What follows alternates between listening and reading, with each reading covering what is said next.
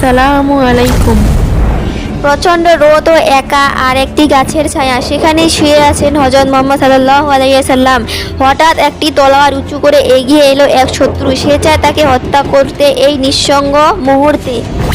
কে তাকে রক্ষা করবে এখন? কে তাকে বাঁচাবে এই মৃত্যুর হাত থেকে? শুরু হচ্ছে পাখি ইসলামিক স্টোরি, নবীজি রহমতের গল্প পর্ব 1। সম্পূর্ণ কাহিনী এই ভিডিওতে। নবী মুহাম্মদ সাল্লাল্লাহু আলাইহি ওয়াসাল্লাম তার সাহাবীদের নিয়ে এক জিহাদের অভিযানে বের হয়েছিলেন। পথিমধ্যে মরুভূমির কড়া রোদে সবাই ক্লান্ত হয়ে পড়লেন। দিনের বেলা সূর্য মাথার উপর, উষ্ণ বালু উত্তপ্ত।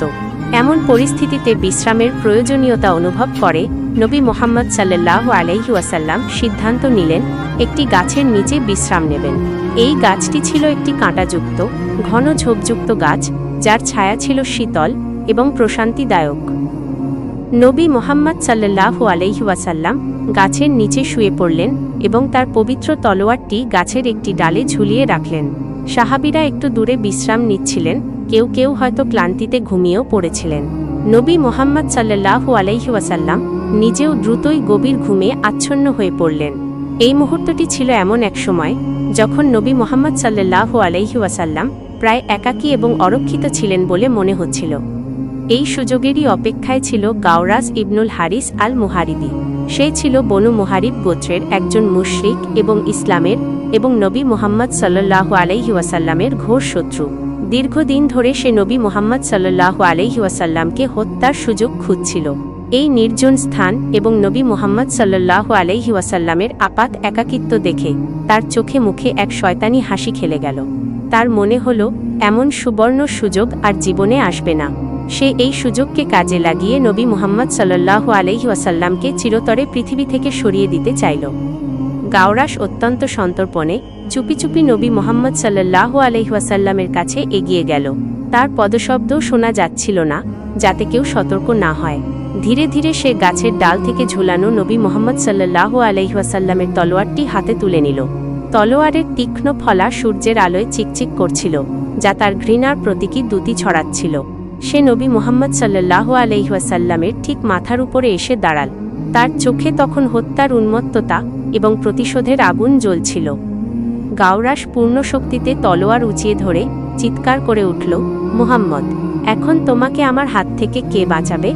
তার এই আকস্মিক ও বিকট চিৎকারে নবী মুহাম্মদ সাল্লাল্লাহু আলাইহি ওয়াসাল্লামের ঘুম ভেঙে গেল। তিনি চোখ মেলে তাকালেন এবং দেখলেন তার ঠিক মাথার উপরে এক বিশালদেহী ব্যক্তি তলোয়ার হাতে দাঁড়িয়ে আছে, আর সেই তলোয়ারের ধারালো ফলা তার পবিত্র গলার দিকে তাক করা। যে কোনো সাধারণ মানুষ এমন পরিস্থিতিতে আতঙ্কিত হয়ে যেত, বুক ধড়ফড় করত, হয়তো ভয়ে চিৎকার করত অথবা বাঁচার জন্য মরিয়া চেষ্টা করত। কিন্তু নবী মুহাম্মদ সাল্লাল্লাহু আলাইহি ওয়াসাল্লাম ছিলেন আল্লাহর রাসূল। তার মধ্যে কোনো ভয় বা উদ্বেগের চিহ্ন ছিল না। তার মুখ ছিল শান্ত, চোখে ছিল দৃঢ়তা এবং আল্লাহর প্রতি অটল বিশ্বাস।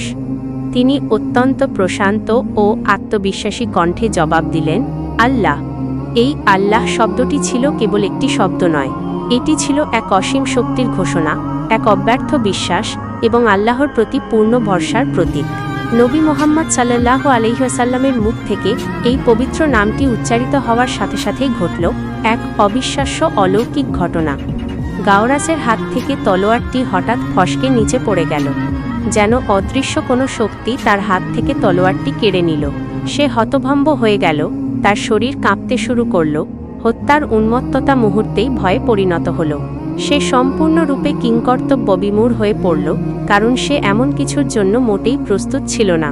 এই ঘটনাটি কোরআন ও হাদিসে বিভিন্ন সূত্রে বর্ণিত হয়েছে, যা এর সত্যতাকে আরও প্রতিষ্ঠিত করে।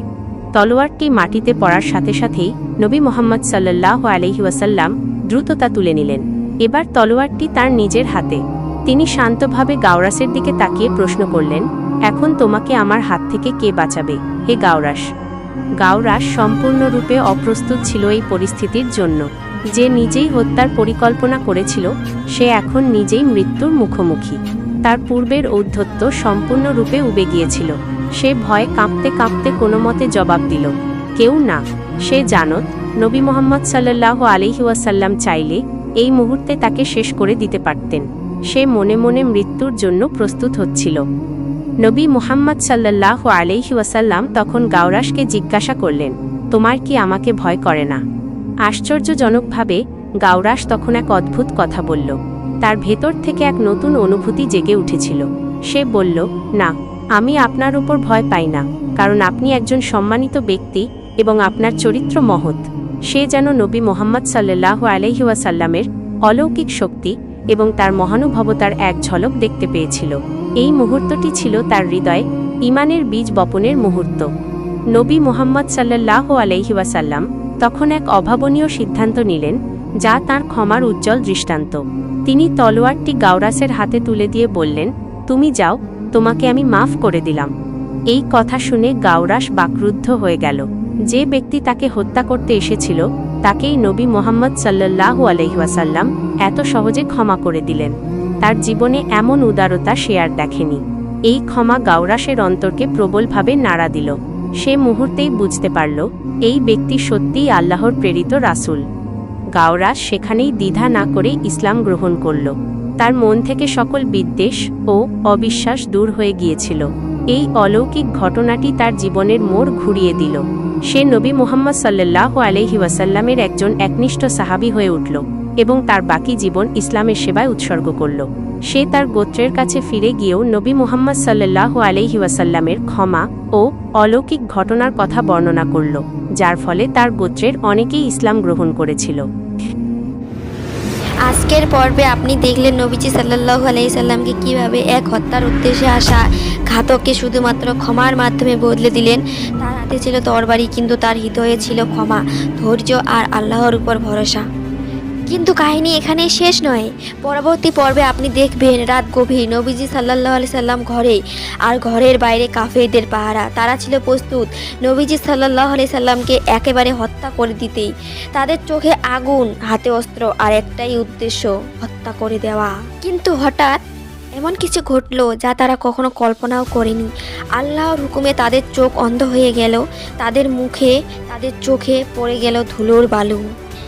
আর নবীজি সাল্লাল্লাহু আলাইহি সাল্লাম অদৃশ্য হয়ে বেরিয়ে গেলেন ঠিক তাদেরই সামনে। এই অলৌকিক ঘটনা দেখার জন্য চ্যানেলটি সাবস্ক্রাইব করে রাখুন। আসছে পর্ব 2 আগামী বুধবার ঠিক 8টায়।